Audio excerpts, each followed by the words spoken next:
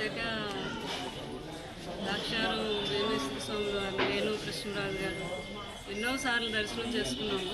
ఆయనకి ఎంతో ఇష్టమైన దేవుడు. ప్రాంతంలో ఆయన ఎంపీగా తండ్రి అప్పుడు ఫస్ట్ టైం గెలిపించడం అప్పటి నుంచి కూడా ఎప్పుడు కాకినాడ వచ్చినా వచ్చి ద్రాక్షారం రావటం, వేమేశ్వర స్వామి వారి దర్శనం చేసుకుంటాం, అమ్మవారు శక్తిపీఠం అలా అలవాటు. కానీ నేను ద్రాక్షారం వెళ్ళాలి, ఎన్నో సంవత్సరాలు అయిపోయింది. కృష్ణరాజు గారు నేను వెళ్ళలేదని అనుకున్నాను అంతే.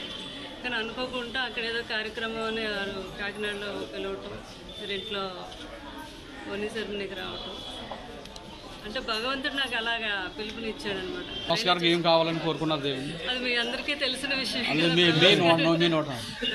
పెళ్లి గురించేగా మీ అందరూ అడిగేది. తప్పకుండా బాబుకి పెళ్లి చేయాలని మాత్రం మనస్ఫూర్తిగా పార్వతీ పరమేశ్వరం నేను కోరుకున్నాను.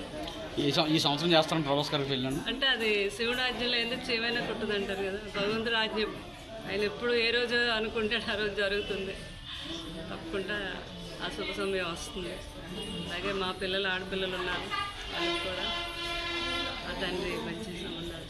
అంటే ప్రభాస్ గారికి మీ ఫ్యామిలీ కుటుంబంలోనే మ్యారేజ్ చేస్తారు, బయట ఏమన్నా సినిమా హీరోయిన్లు ఎవరన్నా?